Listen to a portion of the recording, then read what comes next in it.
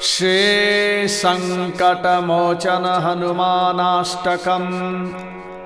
ततः स तुलसीदासः सस्मार रघुनन्दनं हनुमन्तं तत्पुरस्तात् तुष्टाव भक्तरक्षणं। धनुर्बाणधरो वीरः सीतालक्ष्मणसंयुतः रामचन्द्रः सहायो मां किं करिष्यत्युयं मम। ॐ हनुमानञ्जनीसूनो वायुपुत्रो महाबलः महालाङ्गूलनिक्षेपैर्निहिताखिलराक्षसाः।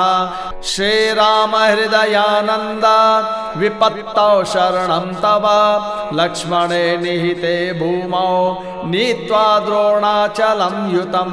यया जीवितवानाद्य ता शक्तिं प्रकटिं कुरु येन लङ्केश्वरो वीरो निशङ्कः विजितस्त्वया।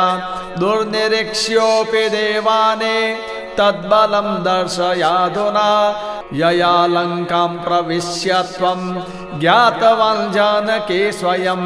रावणान्तःपुरेत्युग्रे तां बुद्धिं प्रकटीकुरु रुद्रावतार भक्तार्ते विमोचन महाभुज। कपिराज प्रसन्नस्त्वं शरणं तव रक्ष माम्। इत्यष्टकं हनुमतः यः पठेत् श्रद्धयान्वितः सर्वकष्टविनिर्मुक्तो लभते वाञ्छितफलं। ग्रहभूतार्दिते घोरे रणे राजभयेऽथवा त्रिवारं पठेन्नाच्छीघ्रं नरो मुच्येत संकटात्। इति श्री गोस्वामी तुलसीदास विरचितं श्री हनुमानाष्टकं सम्पूर्णम्।